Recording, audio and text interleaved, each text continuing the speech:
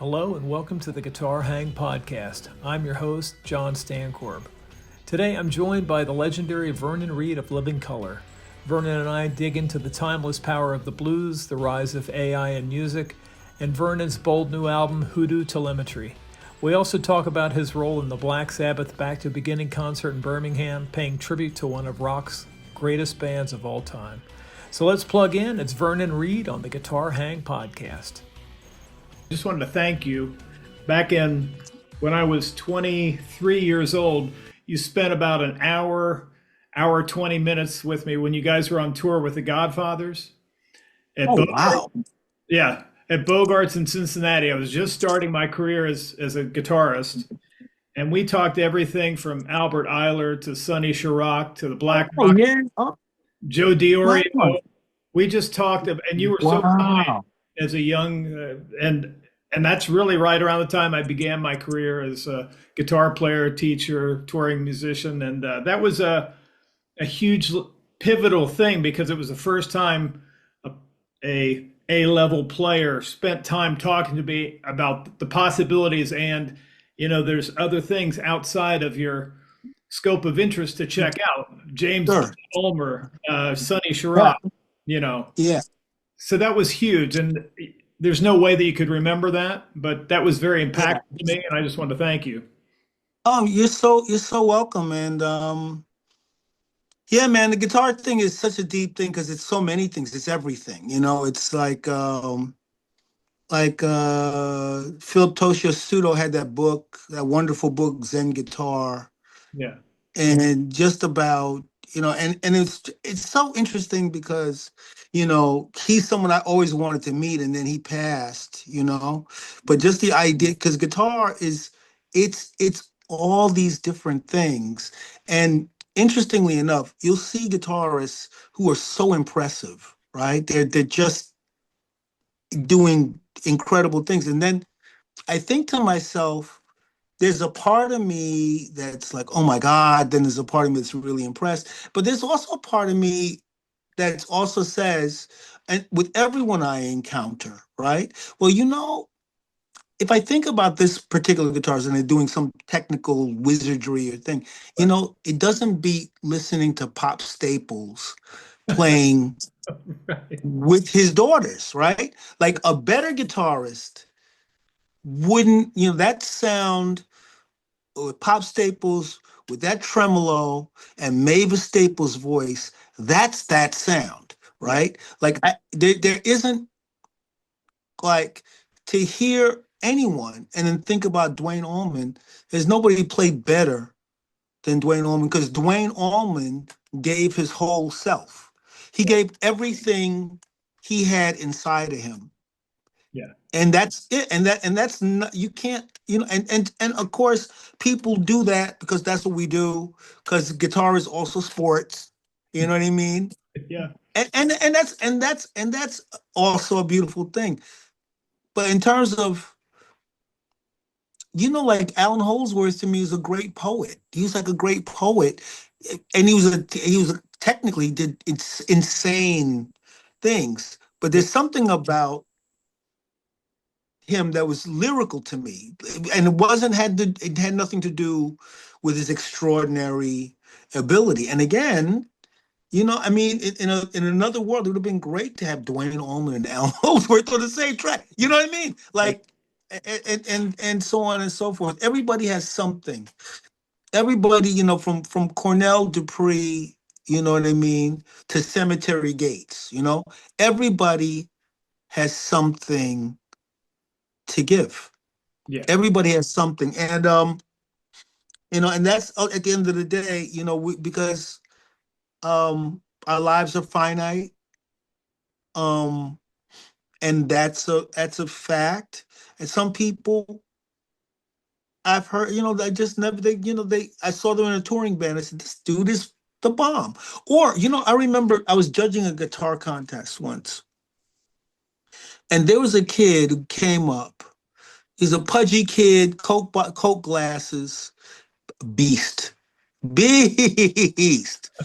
And I just was like, that's so deep. You were playing your ass off And I'm looking at him and I'm like, unless you have a complete makeover, or you make a music that incorporates exactly who you are right now. You don't have to change, but it's like going past Carnegie Hall and you see the violinists, right? And I'm like, I look and I say, it's not enough for you to play some of the hardest music in the world, but you have to also be a fashion model too. You know what I mean? And all of that is part of it. And some people are, what's your lane? What's your thing? What's your thing for real? I mean, like Jeff Beck, he's a prodigy, you know what I mean? And he did all the things, my God, playing guitar, right?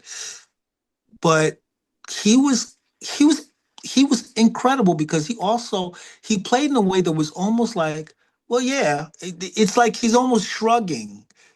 Right? He shrugs some shit, and it's like, what the hell is that? And it's just something it's something curious that he did, and it's just a whimsical thing, and it's mind blowing. And then it was fascinating to me that Jeff Beck was influenced by Jan Hammer's phrasing. Like, you're a guy Yeah. playing a keyboard, imitating a guitar, a dude imitating a guitar, Yeah. and the dude actually playing the guitar picks up on the dude imitating the guitar, incorporates that into his guitar playing. Like, that is, Yeah. that's kind of the whole shooting match. And on and on. And there's a place for everyone. If you figure out how to make a noise that's your noise and your thing, that's it. Yeah. That's it. That's kind of it. Yeah. Yeah. I always was attracted to those players that I was told as a young player about your intention when you play, Yeah.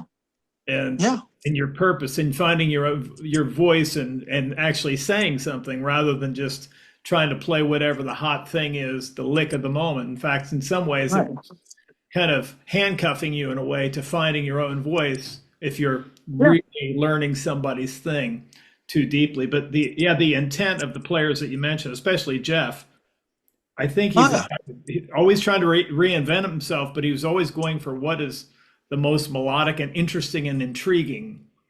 I mean, his thing with the tremolo arm and the harmonics, I mean, it's like, holy cow, right? I mean, it's extra, what I mean? It's extraordinary. But for me, I'll go back. Like, I went into a whole bag with Robin Trower, Yeah, and I've heard a bunch of people try to play Bridge of Sighs, yeah, right? And most players, I mean beast, right? They they miss something. And the thing that they miss is that Robin Trower, it's his vibrato yeah, is unsurpassed. He, like, that aspect of his playing and and the way the phrasing, the timing of his phrasing with that vibrato is that's what makes it happen. I like Bridge of Sighs is an extraordinary because the loneliness, the fear, the regret, all those things, he put yeah, that is in there.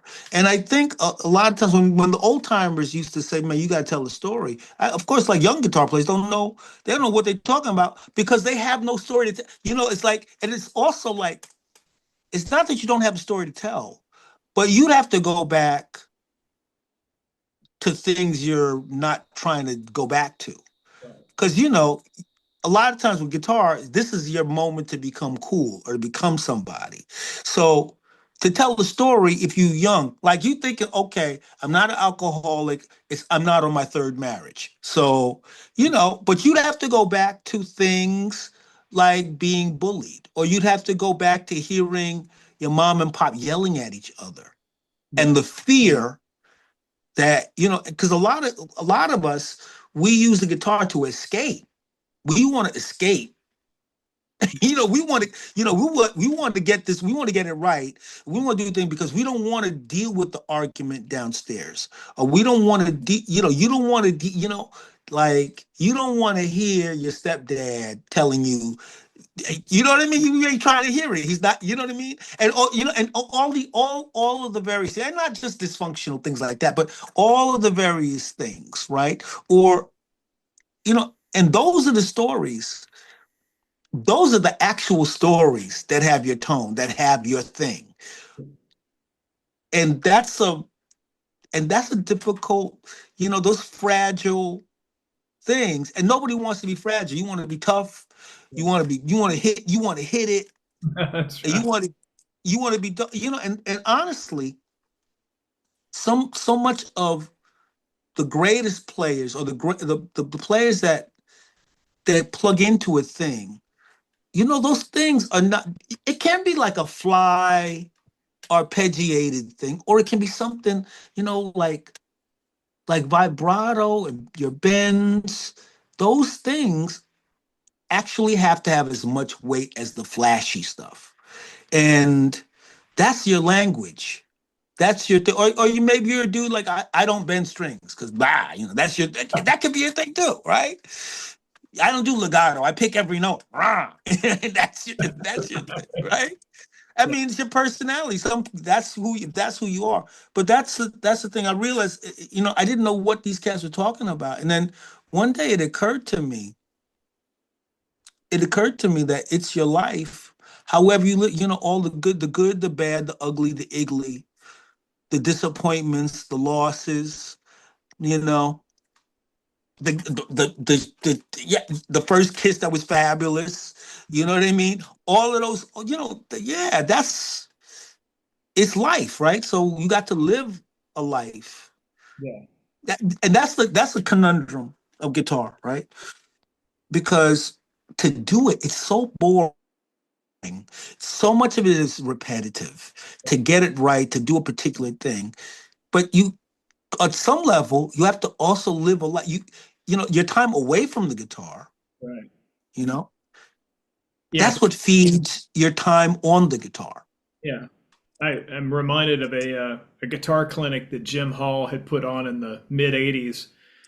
And as he was doing the clinic and fielding questions, he wasn't becoming irritated, but he kind of realized, okay, here's what I'm up against with this audience of younger players.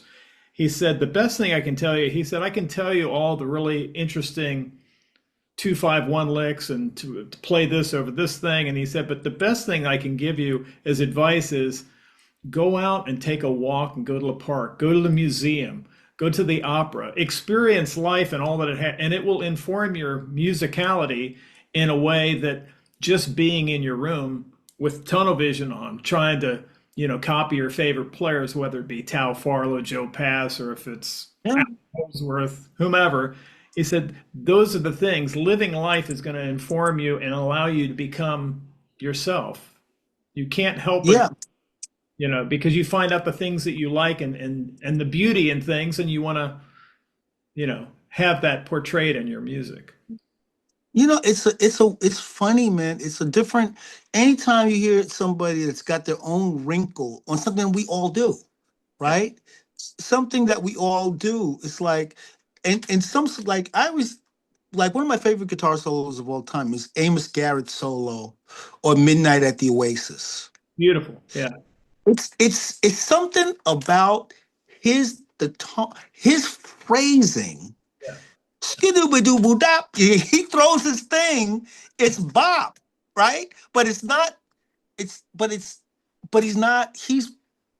And again, his little vibrato things that he does. You know what I mean?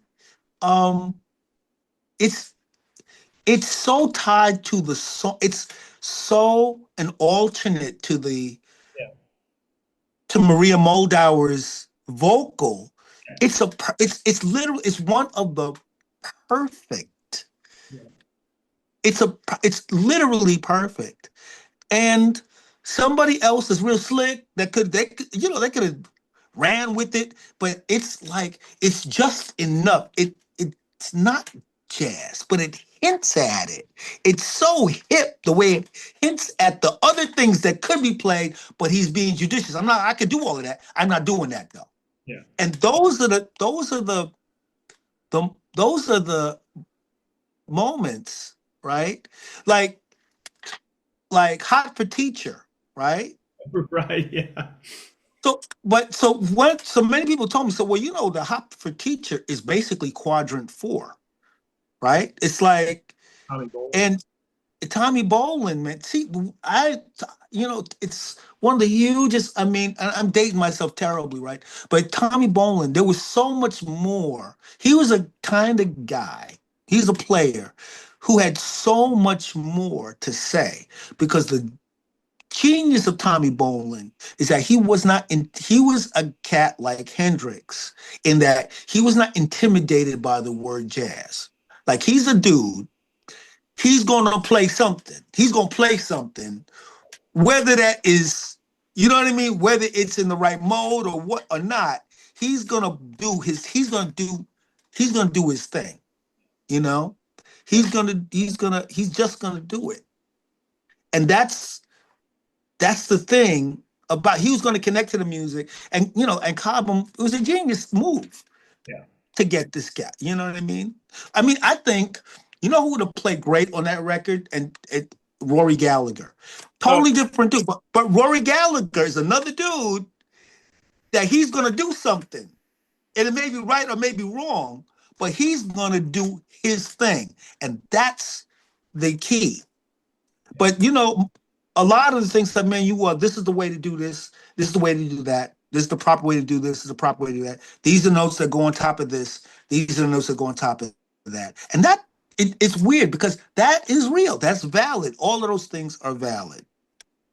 But are those things you? Are they you?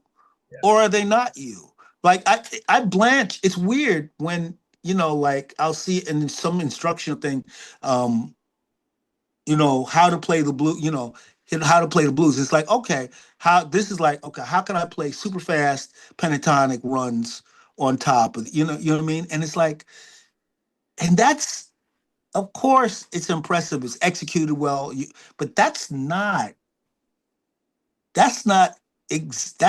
kind of it. Yeah. Yeah. It's In a way, world. but then again, it's like, it's crazy. Yeah. I mean, you listen to the Hubert Sumlin, and it's just so, you have that other thing, which is a whole world away, which you're talking about playing, these really incredibly fast pentatonic runs. It's not necessarily giving you the feeling of even a little bit of what Hubert Sumlin could give you. Well, and then when but at the same time, like Eric Gales is, that's the thing. This is the curious thing. Is Eric Gales, he will do both things. He will do that. Wow. But he also is built on what Mr. Sumlin did. Hubert Sumlin is the most underrated of the great blues masters because he informed. This is a cat that Clapton and Hendrix listened to a great deal. And his phrasing he's different from Albert King or BB. There's something about his playing with Howlin' Wolf that is so hip. And it's so, you know what I mean? It's not, when you listen to it, it's not old timey because also that music, those Willie Dixon tunes, the abstraction, because part of it is that we're so familiar with it. We're so familiar with it that we kind of stop hearing it, right? But if you really dig Spoonful for real, right? Or I Ain't Superstitious. I mean, it's foundational stuff, but it's timeless. Yeah. It's timeless in a way. And, it's like Spoonful is like beat poetry. Right. I mean, that's the thing. I asked for water and she gave me gasoline. What? That's like Allen Ginsberg. You know what I mean? It's like so like Yeah, because we think about because if we think about things a certain way, you can always turn it 45 degrees and see it from a different angle. You yeah. know I, that I wonder if it yeah, was because Hubert wasn't encumbered by being the front man, and the love yeah. was so great for Howlin' Wolf and the music that it just allowed him to infuse it with everything he had, not but yet not be encumbered by being the front guy. He just Yeah, I got to think. Well, it's the template. I mean, that band is the template, was a template for the hard rock band. I mean, that's the template for Led Zeppelin, sure, right? Because before that, the troubadour, right? The mhm, guitarist and the singer are one and the same. sure, You were singing, T-Bone Walker is telling you that the woman is the devil, right? T-Bone Walker is that mean mistreater, right? yeah, And yeah, he's the guitar. But when the roles were separated and they had a weight and they reflect back and forth, that's the model. yeah, That became the model for Van Halen. That became the model for the Who. That became the model for Led Zeppelin, separating those roles. yeah, And it started with the great Howlin' Wolf band. Absolutely. yeah, yeah. It's the model for you too. It's the music's so different. Yeah.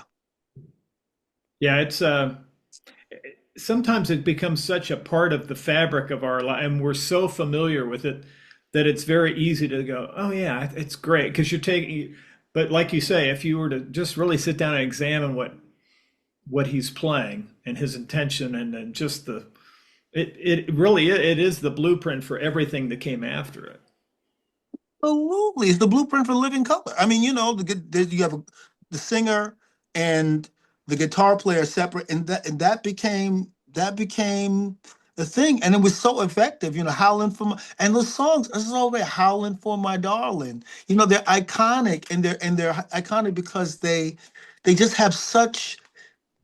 They're filled with such life, we're gonna pitch a Wang Dang Doodle. Like pitch a Wang Dang Doodle, this movie Sinners that came out, Yeah, that's like pitch a Wang Dang Doodle is like a prequel to Sinners, Tell Automatic Slim, tell Fast Talking Fanny. You know what?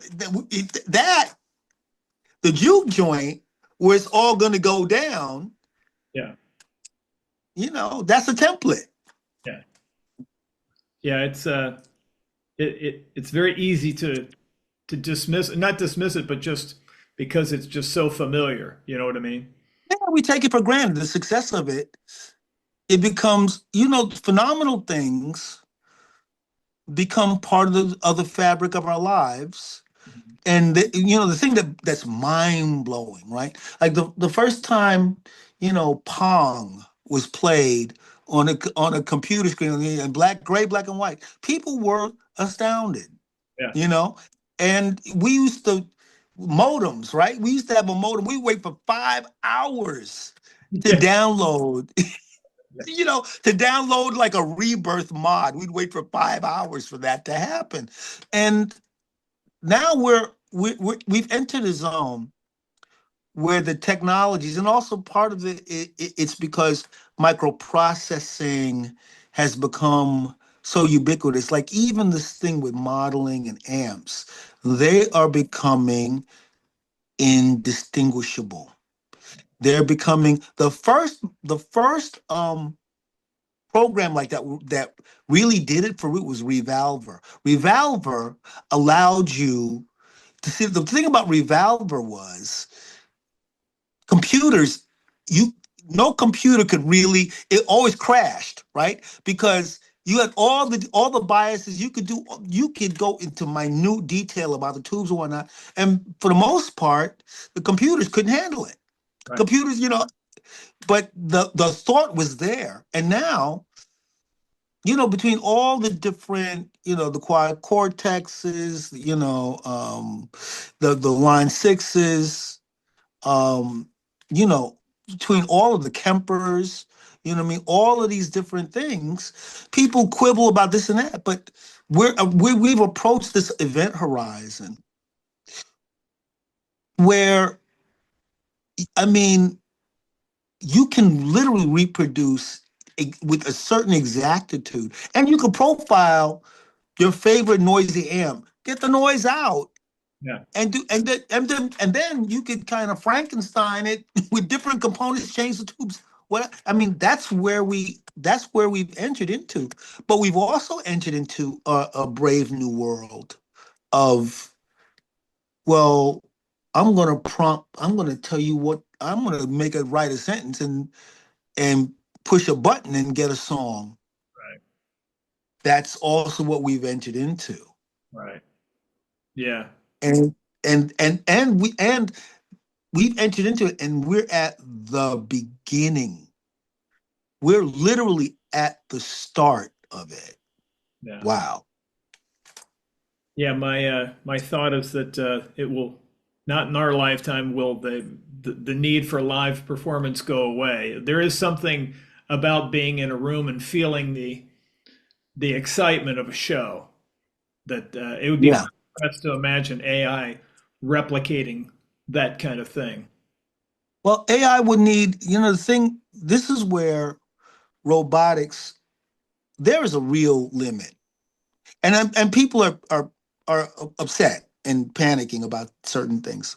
But there's a real limit. Like when you talk about, artificial general intelligence without a body, we are human beings, we're not heads in jars, Yeah. right? Even the great philosophers, all of them, they got hungry. They got nauseous. They took walks, and their thoughts are not disconnected from those visceral in body experiences. Yeah. And that's a part of it. That's the part that we have, Yeah. you know, like that. It's going to be when AI hallucinates. I think it's partly it does this because it can't see, it can't touch, it can't smell, it can't feel pressure, it can't taste. And Right. this is the I think we're far away. Like people are predicting the apocalypse, right? Well, yeah, I'm a sci-fi guy, right? Sci-fi horror guy.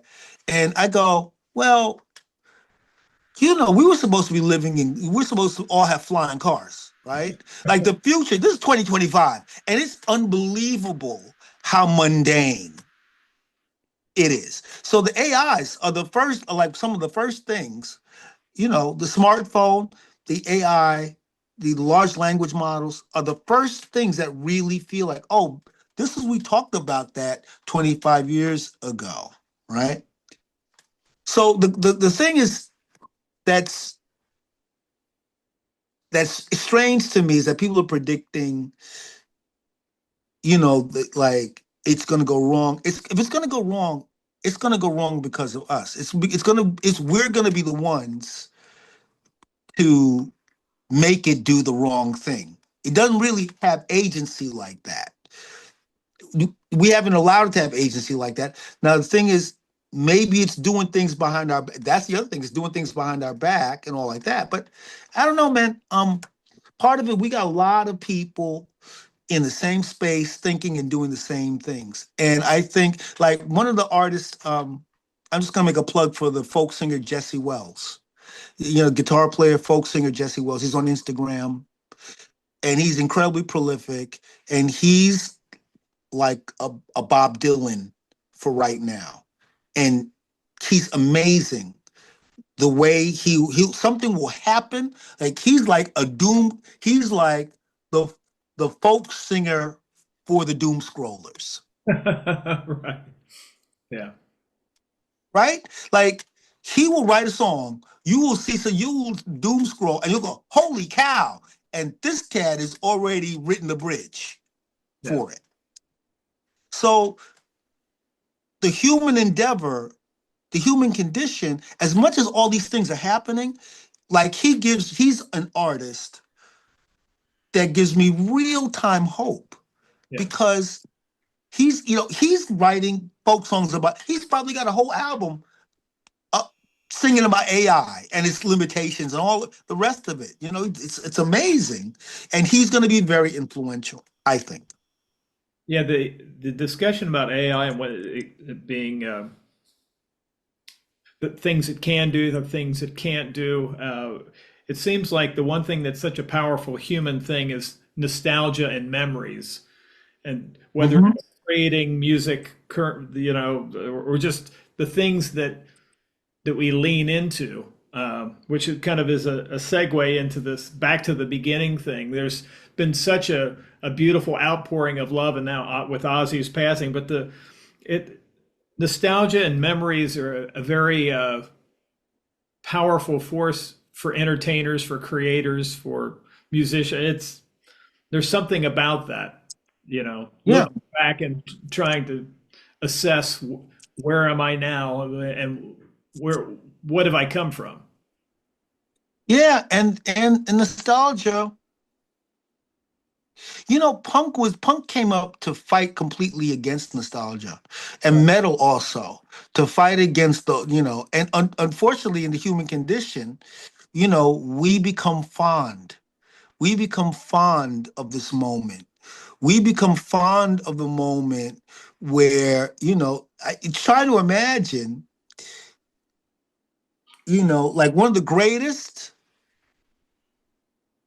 one of the, like Sabbath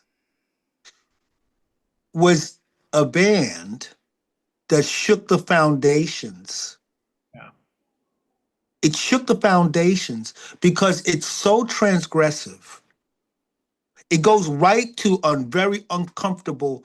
Ozzy and Sabbath went right to a very uncomfortable place because it's pointed to this area where faith and religion turned somewhat sideways, and there's a darker aspect of it. It's kind of like, well, Zeppelin touched on it a little bit in the sense that Jimmy Page started talking about Aleister Crowley's influence, and then Sabbath had Mr. Crowley. You know what I mean? Like Right. there's you know what I mean? And when Sabbath did War Pigs, I mean, they connected the military industrial complex to the occult. Yeah. And the idea that taking conscripts who are 19 years old and putting them in the desert, putting them in the jungle, Yeah. while you're sipping cognac, Right. the generals, the generals are sipping Maker's Mark Yeah. and they're sipping cognac and they're determining which captains, are going to go and launch an assault. And the only reason the assault is being launched is to take up time. There's no real objective. We want to send a captain and his men to distract the enemy for something else. So the casualties are going to be, and you do that while you're smoking a cigar and sipping cognac. Yeah. And that's what Sabbath was talking about. Just like witches at black masses. Yeah. It was a whole disillusionment of the summer of love is a bygone thought. Woodstock has passed. Yeah. Whole peace and love thing, and especially how do you balance all? They wanted something better, a utopia or Camelot or something, but yeah, it was a ripe opportunity for four guys from Birmingham that didn't Yeah. have they didn't have Plan B. They didn't, they just they knew what they knew, and that was making music. And there was a ripe opportunity for a band like that to come along and be completely against all the things that came before it. Well, the thing about it is they were a product of their time. I mean, there's so much intertwined social music history, social history, you know, the people that the getting blues 78s, you know what I mean, and sneaking them in into Right. base into pub, and what went on in pubs. I mean, all of this, the fact that the war was an outgrowth of colonialism and blah blah blah, all of those things that happened, Yeah. right? All of those things, and the class system. Like, there's no Sabbath of Birmingham without the Beatles from Liverpool. Yeah, because you had all those records and things coming into Liverpool, all the Seamen with all the rhythm and blues records. Yeah, you're right. All of the, and all of these things, and kids taking a chance, and they're sneaking out, and these are young people listening to things and hearing things that they're not supposed to have. This was extended to the punks. This happened. So, and a new social class, rock star, was a completely new class, right? Because you think about these, like, this dude's from Liverpool. They weren't supposed to do nothing, and they and they set the world on fire. And all that to say, to see Ozzy on his black throne, addressing his people, his audience, and the outpouring of love going bi-directionally from him to them and them to him. It was an extraordinary thing. Yeah. Yeah. Extraordinary thing. And for me, like I mentioned, War Pigs. I mean, War Pigs was a tune that had because nobody thinks about Sabbath as a political band. Wasn't their thing. But that was expressly anti-war, expressly political, and it didn't pull punches, and it was one of the tunes that said, when you can write about just about anything you want to. Yeah. It's like if the music, it's kind of like, like all of these, like Hendrix, like manic depression. Oh, yeah. What you know what I mean? And then you get from manic depression, eventually leads you to Dark Side of the Moon, like taking on just the subject matter, Right. taking the subject matter on. Yeah. And but it's not an intellectual, manic depression. This is something he's grappling with. That's what gives it, like Dark Side of the Moon is about their mate. It's about Sid Barrett, right? It's about their friend. And that's what makes it, that's what gives it its thing, And you can plugging into something that we haven't put words to it, plugging into something that we're trying to say, like everybody's thinking it. And that's the beauty of music. That's the thing that music does. Or that's the thing that music can say, something that you didn't even know you were thinking it. Right. And then suddenly, like, and whether you even agree or not, like Rush's song Free Will, it makes a certain kind of argument. You can, if you choose not to decide, you still have made a choice. That's brilliant. Yes. That's brilliant. Now, I'm not an Ayn Rand fan at all, but you know, um, Neil Peart wrote a brilliant, and Geddy Lee sang, and Al Slyson played a brilliant argument. Yeah. Whether or not I agree where it's coming from, I will choose a path that's clear. I will choose free will. And I can take that apart and go like, well, but as a song, All right. as a song, oh, Yeah. come on. Yeah, It's one of my favorites of theirs. yeah, and the delivery from the compositional standpoint, one of my absolute favorite Alex solos. I just think that is just genius. But it's got everything that you would want if you were to pick out one, point somebody towards a Rush song that hadn't been exposed to it. From Yeah. a lyric, the powerful lyrics, composition, solo, everything. It's like the perfect Rush tune. Oh yeah, and they did it again and again. Living like Limelight. Like a lot of times the self-reflective, I'm a rock star thing is Yeah, like, it's kind of like, right. But Limelight is brilliant. yeah. Entree. Li- li- and those are the things, and when a moment when the lyric and the time, and it's also the time we're in.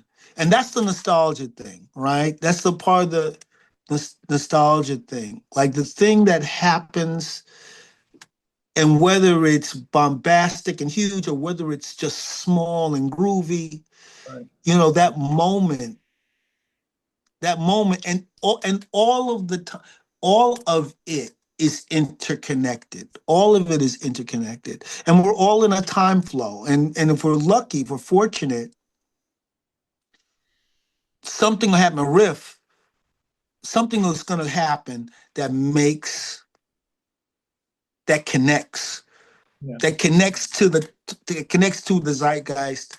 yeah. And again, I mean, that's, as a music fan, that's what really excites me. That excites me, like the simple, like like that riff that you didn't think of. It's, you know what I mean? It's like you didn't think of it, but there it is. Smoke on the water. It's like, are you kidding me? You know what I mean? It's like you slap your foot. Like we're smoking on the water. Like everybody else in Hard Rock slap their forehead. Are you kidding me? Like dump, dump, dump, bump, bump, bada, and that's it. Yeah. And those kind of just super connected, whether based in a tradition or like Walk This Way. You know what I mean? Those things that happen, like all of those kind of, like, and they can be technical things. They can be like arpeggiated. They just do that thing that you just can't, it just does that thing. I mean, I felt like my band, we were fortunate with Cult of Personality to come with the ba doo bop boo boo da boo doop. You know what I mean? That did that thing, because that's the kind of thing that really always excited me. I love that. I mean, I'll never forget hearing dun dun dun dun Sunshine of Your Love Right. on on the radio. I mean, that's the kind of thing that just, I like that. Yeah. I like that's, and that's why I have such admiration for Jack White, because Jack White, this dude is like a riff engine. I mean, he'll just come up with these riffs. They're like, wow, I love that. So, Is there a license yeah, or something that kind of, because it seems like solo albums specifically are kind of snapshots as to where the artist is at this time in their life. Was there something yeah. that kind of created this moment where he said, okay, I've got these tunes. This is the right time for me to put this forth because I've got these tunes and I'm trying to examine where I am now. Because you look Yeah. at an album later and you go, oh my God, you hear things that you hadn't heard before, or you realize that's why that was so meaningful at that time because it was what I was going through. Absolutely. Well, this record, I mean, you would mention nostalgia. I mean, like covering Politician, Right. like, because, Jack Bruce was such an important artist in my life before I picked up the guitar. Hearing White Room, and Sunshine of Your Love, and then just how astute the lyrics are, Right. And you know what I mean? And it just was, and I got to play this tune. I got to play this tune with Jack Bruce. When I was in his band Quico Land Express, I got to play that song with him. And that's just incredibly, it's incredibly powerful. It's weird. It's like one of these weird things. Like I was like everybody else listening on the radio, and then Yeah. life, circumstances, all the things led to me playing the song. And so on a certain level, I said one day I want to record this. I want to record it. And, I recorded it. It's one of the tracks on Hoodoo Telemetry that's live with a live band, Nice. in real time. Because some of the tracks are they're live and they're kind of rethinking and reconfiguring older music Yeah. that I wanted to bring to life in a different way.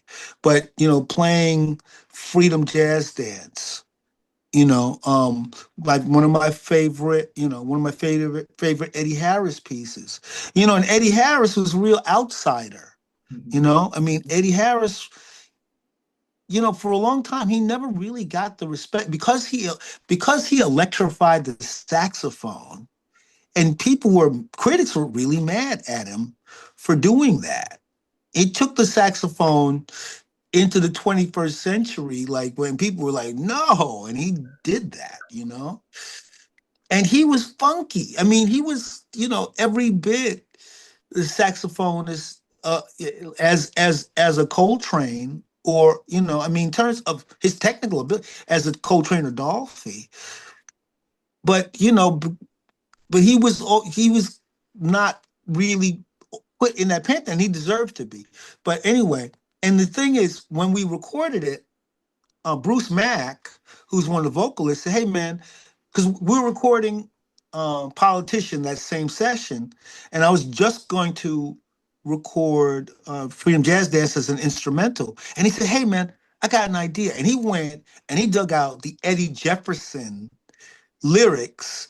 The great scat singer Eddie Jefferson did lyrics to Freedom Jazz Dance, and so we did this kind of sci-fi, you know what I mean? This kind of sci-fi quasi-lyric instrumental version of the tune, and it really brought it together. And then things like, covering Edgar Winter's Dying to Live, from Edgar Winter's White Trash. I mean, I always loved that tune from the very first time I heard it. And it's really about struggle, that struggle to be yourself, in a crowd. It's like seeing the way society is, and going again, you're going counter to it. And that's the power of that tune. And ultimately, I've been working on this from before the pandemic, and then I lost one of my best friends, Greg Tate, the writer, and he was a co-founder of the Black Rock Coalition. He made a huge difference in my career by writing about myself and Ronnie Drayton.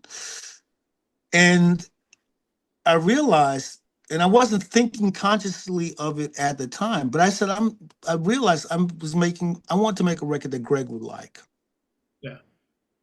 Yeah. You know, Yeah. that's If that says it all right there. I mean, that's a huge document of that, what he meant to you, and that will always be tied to this record that's coming out. Yeah, it's really beautiful. I sang on In Effigy because Greg would always say, "Man, you should sing more." Yeah. You know, and it was funny because I was like, I had this tune, I was like, oh yeah, and my wife Gabri always liked this song, and you should do that song about the soldier, right? And I was like, oh, okay, and I would always demur, and then I said, you know what, I'm gonna put this because both my wife and one of my best friends always said you should, and and the thing is that In Effigy is, I mean, that's the kind we're living in, these kind of conflicts now. Yeah. It's beautiful that they see things in you that you wouldn't think about, or it's in the back of your mind, but they kind of, in a loving way, push you forward. And it helps imbue the whole thing of being more of a personal statement. Yeah, It's a very personal thing when you're putting the love of your friend and your wife and all that. It's really beautiful. yeah. It really is. So much of it is about, aside from jumping around to this and that, but so much of it is about people. It's really a record about people. And um, I mean, I almost like every tune is connected to, people living and dead, and connected to people who Yeah. still exert a great deal of influence on me. I remember like doing Or Not is, there was a period of Ornette Coleman, the Ornette Coleman science fiction album, and Micah Goff, who plays saxophone, is like the co-writer on it. Micah is just, I mean, he just he's one of those, there are people you meet that you automatically get it. Like you go, okay, Yeah. this is who you this is, this is okay, this is okay, that's you, right? Like it's just it's just the way they are. It's just who they, it's just, and everything, the way they dress is the way they play. Yeah. You know? It's like if you ever spent any time, if you ever had the pleasure of watching Billy Gibbons play, right? Yeah, that's right. Right? Right. Like Billy Gibbons plays guitar like a card sharp. That's right. That's right. That's his You know total. what I mean? Yeah, yeah. He's like Billy Gibbons plays like pick a card, any card. And then he's pulling an ace from behind your ear, right? Yeah, when artists have that thing, just when you see them and then their playing matches up beautifully. George Harrison used to talk about when Ravi Shankar would enter the room, he had such a presence about him that he was the music. It's like he was Yeah. music personified, and the sitar was just this thing and to allow him to get the music out of him. But he was music as he walked into the room. And it's beautiful when somebody's personality is such that you get a sense of who they are as a musician just by that's the way they dress, it's the way they talk, it's the way they carry themselves. It's it's weird because a lot of people are trying to find themselves or trying to project something. They're trying to project Right. a thing about themselves. When I met Joe Perry, like Joe Perry is Joe Perry, like for real. Like he's that dude. Yeah. It's not a game. It's not an act. He is that. And it's remarkable. I think Sly Stone was that kind of musician. Like embodied he embodied it. He he he didn't he didn't play funk. He was funk. Right. Exactly. Yeah. He wasn't just funk, but he was where funk collides with gospel, collides with jazz. You know what I mean? And weirdly enough, he is more gospel than blues. I mean, blues is kind of tangential to his expression, in as much as blues will never be not in gospel. But he's not. But Sly was not a blues guy. He was a gospel guy. Yeah. And he was a gospel guy who encountered, classical harmony, who took in jazz. And that's the thing. There's like there's just such a, I don't think Freddie Stone gets nearly enough Yeah. bass. Yeah. Freddie Stone was that band is incredible. They've just released some stuff where it's the band live at Fillmore East. Holy cow. Yeah. You know what I mean? I mean, the band was already a super group. It was already a super group Right. because what Larry Graham was doing with his mind, he basically played the bass that way out of necessity because he was in a kind of gospel duo with Right. his mom, and the drummer wasn't always, so he would thump the bass for time. So it's rooted in this whole thing, and literally the bass guitar is changed forever. He's patient zero. He's the dude. Right. He's He he's would. it. Right? He's the guy in this band, which is it's an extraordinary thing, you know. And those kind of you know, it's a funny thing because a lot of us we're doing this and we're doing that, but those people that embody, they are they are what it is. Like like Keith Richards, you know, is there's one of one. There's one of one. Sui generis, literally. You know, and Mick Jagger is one of one. The two of them are Yeah. one of one that are two that became one, which is Very right. combustible. You know, combustible. Exactly. And of course it's combustible. Of course it's a thing that is going to not last. It's gonna blow up. It's gonna it's gonna blow up, right? It's gonna blow up. And there were so many examples of that. You know, I felt that that Missing Persons was a band like that. Like Oh, Terry and Dale Bozio, oh yeah. they had a, you know what I mean? Oh yeah. Like and Cucarulo. Yeah. I Pat. mean, Yeah. Unbelievable band. and I whenever I hear that, I hear the influence of I hear Fripp's influence Mhm. inside of that. You know what I mean? And it's that Spring Session M. I mean, to the point where Miles Davis, that was one of his favorite bands. Because it's right there. I mean, it embodies a certain thing, whether you approve of it or not. Yeah. Like Dale and Terry had it, and they had a undeniable Yeah. thing that just was there. And of course, it couldn't last. I mean, at a certain point, like hearing Rehab, I was like, oh my God. Oh my God. Like, because we have so many layers of subterfuge in Right. pop music. And then somebody comes along and says something, it's like, like one of Clapton's best post-cream tunes is Cocaine. Right.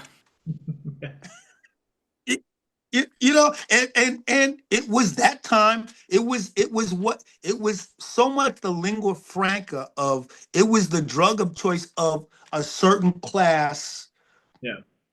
of kind of untouchable musician, Yep. right? So it was kind of like, yeah, man, that's that's one of the realest things Yeah. to Yeah. me. Yeah. It's interesting what you're saying about the things not being able to, that it burns so brightly that it can't last forever. And they say every band is on the verge of breaking up at all times. But for some super groups like that, it's such a powerful impact, but you know that the sadness is it can't sustain itself. Yeah, it's like it's going to. I mean, I'm every time I put on a Soundgarden record, I'm heartbroken. Yeah. I mean, especially because the the the heartbreaking thing is King Animal. They were back. They Yeah. were 100% that record, King Animal, stands up. I mean, just from a fan perspective, Yeah. it stands up with all of their best work. Yeah. And you know, I mean, Fragile, I mean, these, I mean, you think about your bands that they break up, they break apart, they can't stand each other, you know, they're not talking to each other. It's, you know, when hell freezes over and all the rest of it, you know? You would Yeah. probably be too close to it, but for me and for a lot of people that I know, the two albums that came out in the late Vivid and Gretchen Goes to Nebraska, just Mm-hmm. they were close roughly in time, but they just leveled the playing field for because it was like something we had never heard before. That kind of Mm-hmm. those tunes and you know the fact that you guys were covering a Talking Heads tune and some of the other stuff and well, Cult of Yeah. Personality speaks for itself, but and then Gretchen Goes to Nebraska, that record by King's X, those two were just Hell yeah. Yeah. And definitely King's X, you know, King's X, I mean, I couldn't, it's unfathomable to me that King's X should have had a career at least, they should have had a career like Rush. yeah, You know what I mean? At the very least, they should have been able, okay, they didn't necessarily have to, you know, be a commonality, like, you know, but they should have had a career like Rush's, where they just were able to sell 1 million records every time out, tour, do their thing, because they're just that good. They just, come on, it's undeniable. It's undeniable. And I'm wondering, is it because, you know, they started out as a Christian rock band? That's kind of how it started out. And that's such a specific they transcended that label by far, because, you know, weirdly enough, U2 was kind of they wore their Catholicism on their sleeve, right? So they weren't necessarily, but they were kind of that, you know. And somehow they were able to duck out from under that label and and cross over to a broader audience, because, you know, secularism, religious, like outward expressions of religion, you know, in hard rock metal can be weird, right? And I think there are a lot of people who are very religious who keep it under wraps because they kind of don't want yeah, what that is, right? yeah, I mean, I would think, and it's a funny thing where those where those things fit, where those things fit, and what a certain marketplace will accept, and then the niches are the niches expandable? right, That's the thing. But you know, to me, King's X, and you know, I mean, Doug has gone through such an evolution. You know what I mean? Because he started out being very upfront about that, and now I believe he's an atheist. You know, he's an atheist, and he's out of the closet. You know, and and those are things that are. But even with all of that, that band is fucking insane. You know what I mean? That's like, even with all of that chit chat, whatever, yeah, that shouldn't. You know, to me, it's kind of baffling to me. yeah, Um, but you know, these are how you occur and what the story people make up about you and what they're willing to take on or take in. You know, those are real things. And you know, that's why so many songs are about take me as I am. You know, this is it, right? exactly. Yeah, yeah. I think with King Sex is the converts become when you go see it live. But if you hear it on the radio, you might dismiss it. But if you go to see a show, it always brings me to tears every time I see a live version, or if I go to a show and I see them playing Goldilocks and they just let Oh the yeah, audience sing the whole thing. It's like yeah, if you can experience that and be in the room when that's happening and not feel moved, something is terribly wrong. It's just yeah, pure outpouring yeah. of love from the audience back to the band. I saw something recently that I found incredibly moving, and it was Aha. And Aha was they did a version. You can find it probably on YouTube, and they do "Take on Me," and they do "Take on Me" as a ballad, Yeah. like slowed down, and lead singer doesn't even try to hit the high notes. But those words sung in this particular, and it's like with kind of like a jazz trio thing, Yeah. and it's it's incredible. It's shocking how moving. Yeah. You know, this was a ditty, right? Oh yeah. You know, it's a ditty, and literally they're panning to people in the audience, and people are singing along, and they're just crying. They're just, they're just overcome, Yeah. Yeah. That's and beautiful. it's beautiful. I mean, and that's the thing about what music is, and if we were lucky, what we're allowed to do. Yeah. Because because so much of it is we got to do all the things, but then we don't control a thing, Yeah. right?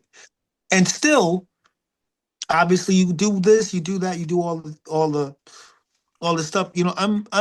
I feel very. This is we're past the age of selling tons of records. Only the superstars in the upper echelon. But the fact that I appreciate Mascot, this label. They put The Haunting out as a single, and it's kind of like wow, because that song, The Haunting, is very much influenced by my feeling. There's a feeling I have for there's Sly, but there's also Prince, Oh yeah. that I had a particular feeling for. And, just to even get some feedback, say, yo, man, I heard that track, man, I like it. It's like, wow, that's that's great, that's a beautiful. Yeah. Yeah. It's you know? a very rich experience because it's yeah, you're putting a lot of love and time into something, and to get that back, it's a wonderful. Yeah. And part of this thing with this record was that I wasn't, I wanted it to be, I kind of, you could go down a rabbit hole and just worry about every note and worry about the soul, worry about, and I kind of, yeah, and sort of, yeah, but also I wanted to do some things that were just, I wanted to do both things. You know what I mean? I wanted to do things that were just, well, what I like about The Haunting is that it's basic. It's a basic tune, and anybody could play this tune. It's just like it's not meant to be this intimidating, you know.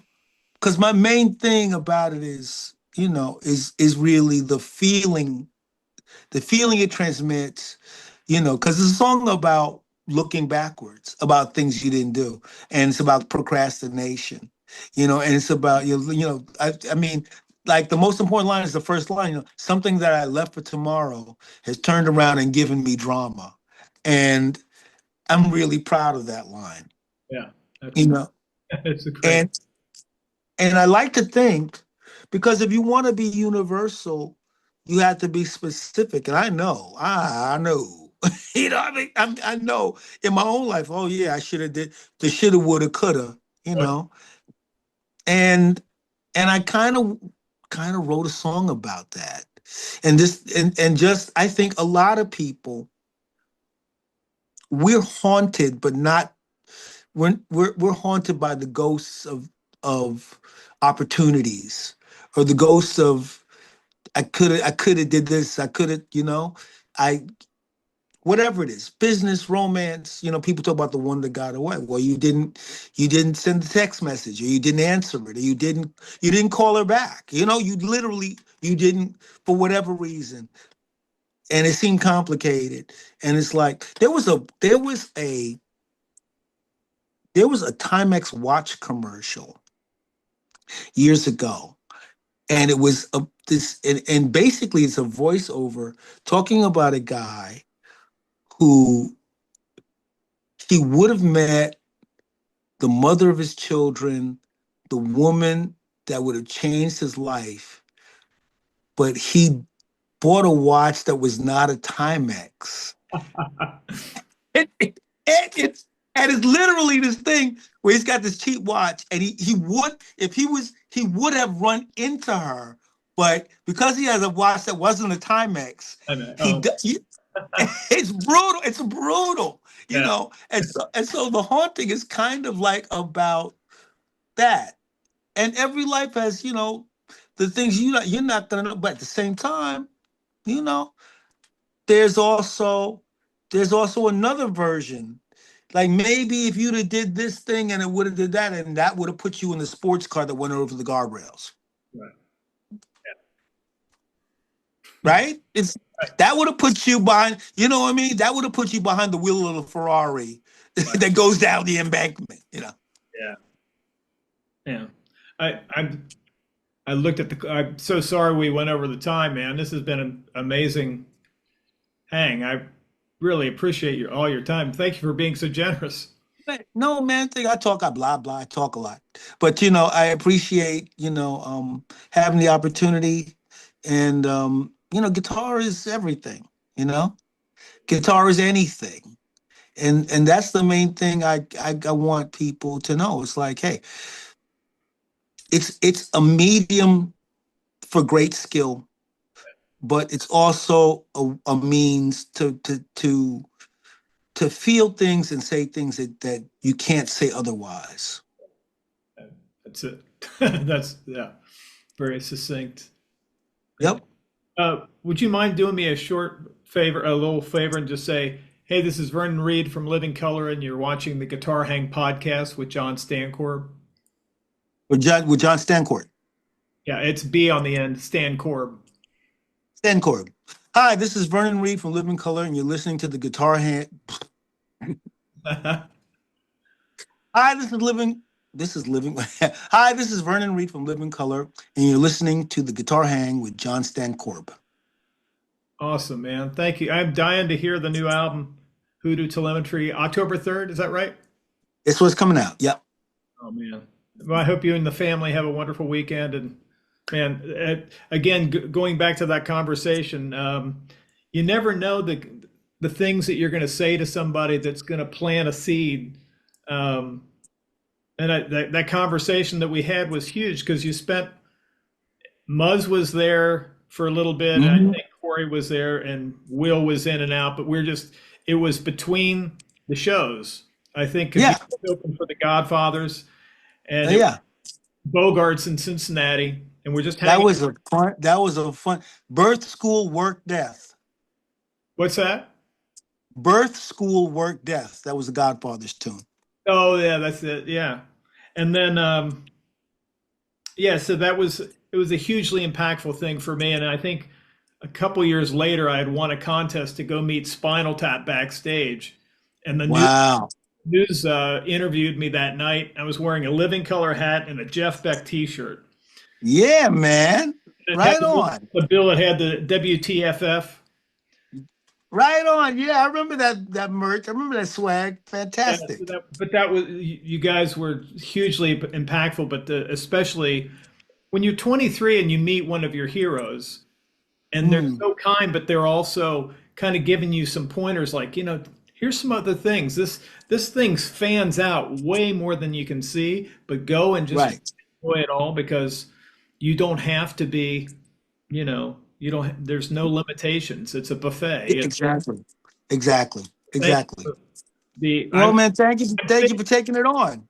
Yeah, I'm 60 now. I was 23 then, so that was I remember that like it was yesterday. So Well, 66. So I better straighten up and fly right. You're doing. I would never have guessed, man. So, all the best to you. Yep. Have a great weekend, and we'll talk some other time. Thanks, Bert. Well, thank you for tuning into the Guitar Hang podcast, and a very special thanks to Vernon Reid for a great hang. Be sure to check out Hoodoo Telemetry coming out October 3rd on Mascot Records, and don't miss his performance from the Black Sabbath tribute concert in Birmingham. If you enjoyed the episode, hit subscribe, leave a review, and visit johnsguitarlounge.com for more. Until next time, stay inspired, and thanks for the hang.